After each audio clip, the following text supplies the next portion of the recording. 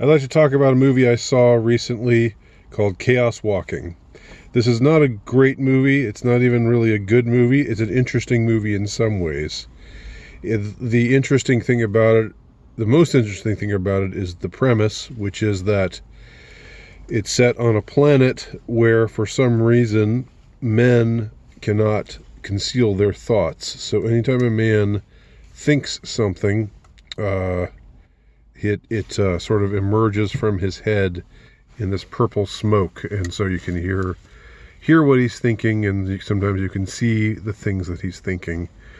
And into this world where we the first village that we, or the village that where most of the action takes place, is just a bunch of guys. There's no women. There used to be women, but there aren't anymore. And the story is that these women were all killed by native inhabitants of the planet in a big battle that took place not long ago. But what do you know? A ship crash lands on the planet, and what do you know? What do you know? Who should emerge but Daisy Ridley? Yes, Daisy Ridley, fresh off of the Disney Star Wars trilogy, the abomination that was the Disney Star Wars trilogy, where she played the blandly unstoppable character of Rey, Rey, Rey Palpatine, nay Skywalker. If you've seen the final movie of this abominable trilogy, you'll understand the joke. So Daisy Ridley shows up, and she ends up,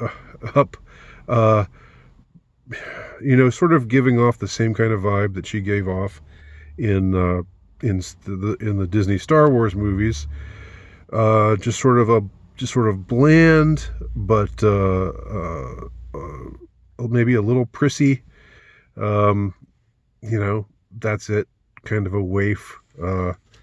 And she's not quite as overpowering a force here. She doesn't have all the answers to everything, but she does find herself in a situation where a young man in the village has to help rescue her and bring her to safety.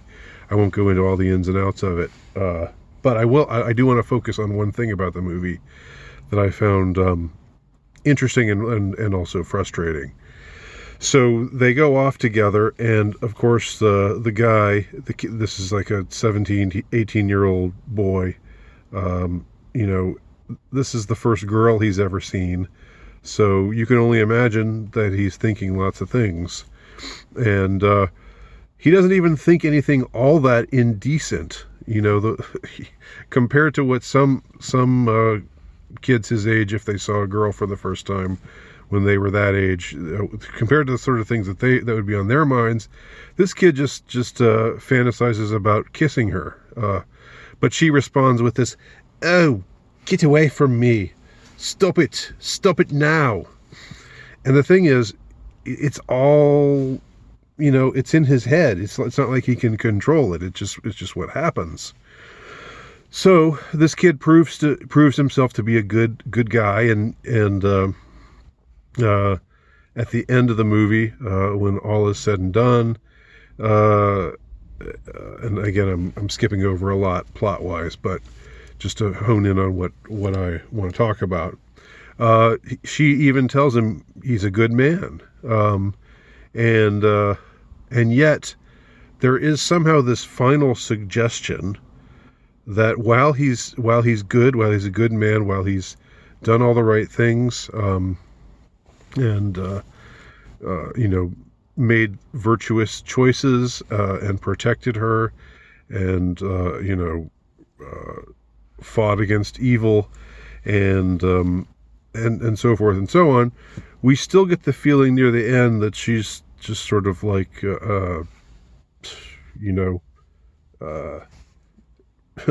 get thee away from me.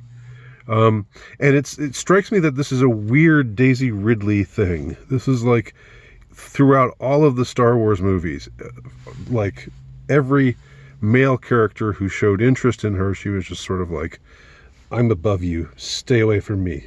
And it continues here. What is going on with this? What is going on with this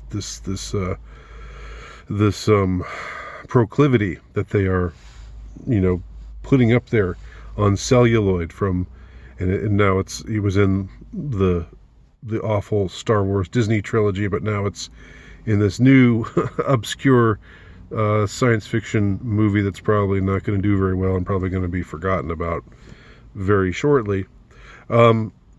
It's still always like, even no matter what you've done, you're not good enough for me. You're in the friend zone. And how dare you think that maybe you could have a shot at winning my affection. I think that if we were living in better times, the whole situation in which a young boy is in this kind of predicament where every thought of his gets exposed and he has to try to hide them the best he can, but he's not very good at hiding them because he's young and callow and so forth. If we were living in a better time, there would be more compassion for a character like that. In this movie, he's just sort of he just ends up being a kind of joke, even though it's not as awful. This movie is not as misandric as it might have been. I will say that for it. It's not, woke times 12 or anything like that. Still, in all, when it is over, he doesn't get the girl. Why not? Why is she better than him? Why is she? Of course she doesn't. She's not obliged. Nobody's obligated to like anybody else. But we're talking about a movie here. A movie involving a guy and a girl going on this perilous adventure together, where you would expect there to be some bonding. They're being chased by evil people, and there's a lot of near-death experiences and so forth. And yet at the end, it's just sort of like, oh, you're a nice guy, yeah, okay, but I'm better than you. Stay away from me. The same kind of get thee gone, get thee hence, almost royal snobbery that we got from Daisy Ridley's character in the Disney Star Wars movies. So I've never seen a movie have a premise like this one, about how male thoughts, are on this planet, are present to the world, present to everyone. They appear above everybody's head, but it's never explained. Maybe in the book series that it's based on, it's eventually explained, but it's just out there. It's just a fact of life on this planet. And this is science fiction. This is not fantasy. So there has to be some way that this can, but there's no indication, there's no hint in any sense of why things are this way. And I mean, it's not the kid's fault to have these kind of thoughts going through his head. It's natural, and of course he's very much at a disadvantage. Now, it could be, one could wonder, are they saying something about the relations between the sexes? Do men have a harder time concealing where they're at? And this is just a more extreme version of that, whereas a woman can, just be more deceiving and more manipulative. Finally, ultimately, because she's less she's more adept at not just putting everything out there, sharing everything with the world. I don't know. Ultimately, frustrating movie, but interesting movie. Anybody who may have seen it, please tell me your thoughts. I doubt many have, and I doubt many will. But but let me know anyway. My name's Andy Nowicki. Check out my work at ultralight novelist.com.